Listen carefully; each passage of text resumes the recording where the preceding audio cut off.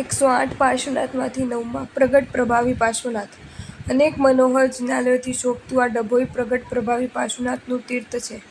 અર્ધ પદ્માસને આરૂઢ 33 ઇંચ ઊંચા 26 ઇંચ પહોળા શ્રી પ્રગટ પ્રભાવી પાર્શ્વનાથજી વડોદરા જિલ્લાના ડભોઈ ગામે શ્રીમાળી વાઘામાં શ્રી આદેશ્વરજી જિનાલયમાં ભોયરામાં બિરાજમાન છે.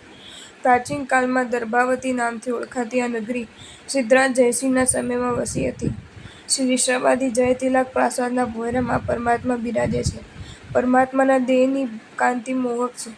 એક ધોબીએ સ્વપ્નમાં આ મનોહર જીન ભીમના દર્શન કર્યા હતા. સ્વપ્નના સંકેત સંશોધન કરતાં તેને ડભોઈ નજીકના સંખેડા બાદરપુર ગામો વચ્ચેની ઓરસંગ નદીના કાંઠેથી આ પ્રતિમાજી પ્રાપ્ત થયા. આ પ્રતિમાજીને ડભોઈ લાવવામાં આવ્યા. પ્રતિમાજી ઘણા પ્રાચીન જણાય છે. આદિનાથજીના નૂતન જિનાલયોમાં ડભોઈમાં જ જન્મેલા દેવ શ્રી જંબુશ્રીશ્વરજીના વરદ હસ્તે સંવત 2007ના વૈશાખ સુદ 7મના દિને પરમાત્માને ગાદીનસીન કરવામાં આવ્યા હતા. પ્રગટ પ્રભાવથી યુક્ત પરમાત્માનું પ્રગટ પ્રભાવી નામ સહેતુક છે. દર્ભાવતી મંડળના પાર્શ્વનાથ દર્ભાવતી પાર્શ્વનાથના નામથી પણ ઓળખાય છે. ડભોઈ પ્રાચીન તીર્થ હોવાના અનેક પુરાવા છે.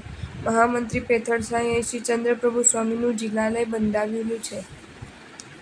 સ્તુતિ: પ્રગટ પ્રભાવી નામ તારું નાથ સાચું હોય જો કલિકાલમાં મુझને પ્રભુજી મુક્તિ સુખ દેખાડતો તુજ નામ સત્ય ઠરે છે જે મુझ આત્મ આનંદતા પ્રગટ પ્રભાવી પ્રભુ પાસ મને ભાવે કરું હું વંદના.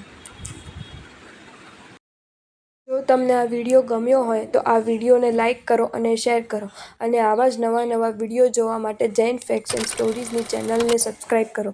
ધન્યવાદ.